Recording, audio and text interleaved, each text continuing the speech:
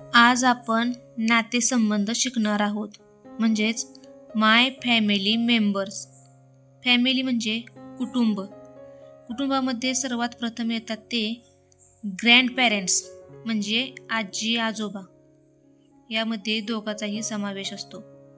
आणि फक्त आजी असेल तर आपण ग्रँड मदर म्हणजेच आजी असे म्हणतो.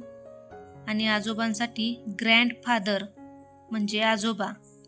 आजोबासाठी ग्रँडफादर हा शब्द वापरतो. पॅरेंट्स म्हणजे पालक. पालक म्हणजे आई बाबा. पॅरेंट्स म्हणजे दोघेही येतात, आई आणि बाबा. आणि मदर म्हणजे आई किंवा मम्मी. फादर म्हणजे वडील किंवा पप्पा.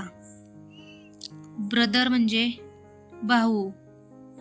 सिस्टर म्हणजे बहीण. अंकल म्हणजे काका, मामा, चुलता किंवा आत्याचा नवरा. या सगळ्यांसाठी आपण अंकल हा शब्द वापरतो. अंट. अंट म्हणजे काकी, मामी, मावशी, चुलती किंवा आत्या. या सर्वांसाठी आपण अंट हा शब्द वापरतो. काउसिन म्हणजे चुलत भाऊ किंवा मावस भाऊ. स्पाऊस म्हणजे नवरा बायको. हजबंड म्हणजे नवरा आणि वाईफ म्हणजे बायको.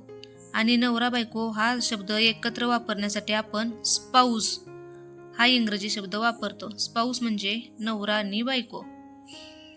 निफ्यू म्हणजे पुतण्या. नाईस म्हणजे पुतणी. इन लॉ म्हणजे सासू सासरे. सासू आणि सासरे एकत्र शब्द वापरण्यासाठी आपण इन लॉ म्हणजे सासू सासरे असे म्हणतो. आणि फक्त सासूसाठी आपण मदर इन लॉ म्हणजे सासू आणि फादर इन लॉ म्हणजे सासरे. ब्रदर इन लॉ म्हणजे दीर किंवा नंदोबा. सिस्टर इन लॉ म्हणजे जाऊ, नणंद किंवा भाऊजाई. यांच्यासाठी आपण सिस्टर इन लॉ हा शब्द वापरतो.